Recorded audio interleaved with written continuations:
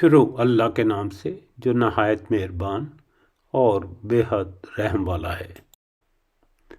یا کیا تم نے ہم سے کچھ قسمیں لی ہیں کہ قیامت میں تمہارے لیے وہی کچھ ہے جس کا تم فیصلہ کرو گے؟ ان سے پوچھئے کہ ان میں سے کون ان بے بنیاد باتوں کا ضامن ہے، یا ان کے کچھ آدمی ہمارے شریک ہیں؟ تو اگر وہ سچے ہیں تو پھر اپنے شریک پیش کریں۔ وہ دن یاد کرنے کے لائق ہے جب پنڈلی کھولی جائے گی، یعنی سخت وقت ہوگا، اور ان کافروں کو سجدہ کے لیے بلایا جائے گا تو اس وقت وہ سجدہ نہیں کر سکیں گے۔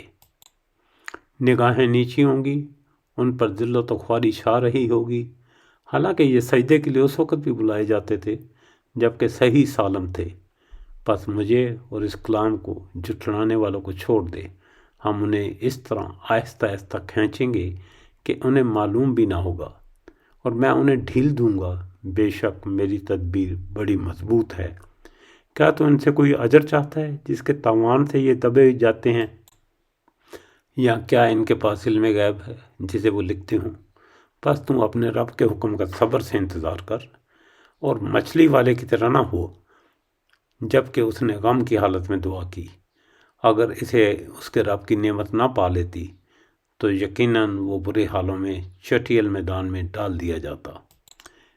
اسے اس کے رب نے پھر نوازا اور اسے نیک کاروں میں کر دیا، اور قریب ہے کہ کافر اپنی تیز نگاہوں سے آپ کو پھسلا دیں، اور جب کبھی قرآن سنتے ہیں اور کہہ دیتے ہیں یہ تو ضرور دیوانہ ہے۔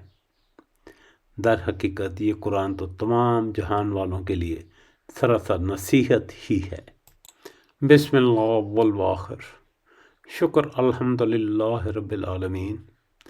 اسی کے ساتھ سورہ قلم کا ترجمہ اور ریکارڈنگ مکمل ہو گئی۔ اللہ تعالی ہماری سعی قبول فرمائے، آمین۔ ہمیں اپنی دعاؤں میں یاد رکھیے گا۔ شکریہ، والسلام۔